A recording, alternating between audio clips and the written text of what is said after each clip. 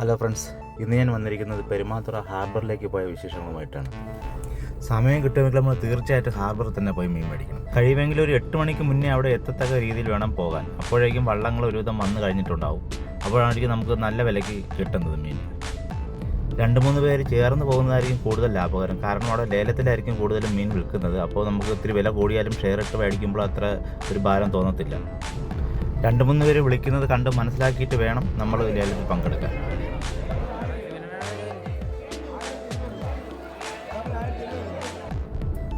ഒരു കുട്ട ഞണ്ടിന് 1000 രൂപയിലാണ് അവർ വിളി തുടങ്ങിയത്.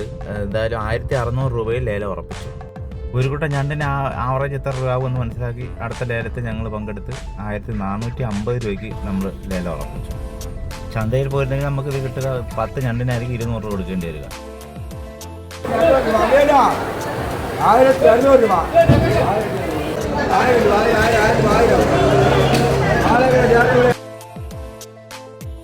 ലേലത്തിൽ പങ്കെടുക്കാൻ പറ്റില്ലെങ്കിൽ നമുക്ക് ഇതുപോലുള്ള കച്ചവടക്കാരിൽ നിന്ന് നമുക്ക് നല്ല ലാഭത്തിന് മീൻ മേടിക്കാൻ പറ്റും കേട്ടോ.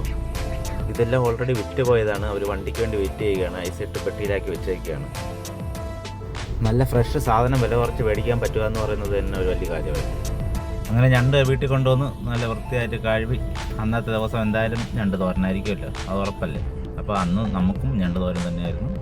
അപ്പോൾ ഒരു ദിവസങ്ങൾ ഇനി കിട്ടുകയാണെങ്കിൽ ഞാൻ എന്തായാലും ഇനിയുള്ള എൻ്റെ മീൻ മേടിക്കൊക്കെ ഹാർബറിൽ നിന്നായിരിക്കും. അപ്പോൾ ആർക്കിനും വരാൻ താല്പര്യം ഉണ്ടെങ്കിൽ വിളിച്ചാൽ മതി, ഞാൻ കൊണ്ടുപോകുന്നതായിരിക്കും. അങ്ങനെ ഞങ്ങളെ ഞണ്ട് തോരൻ റെഡി ആയിട്ടുണ്ട്.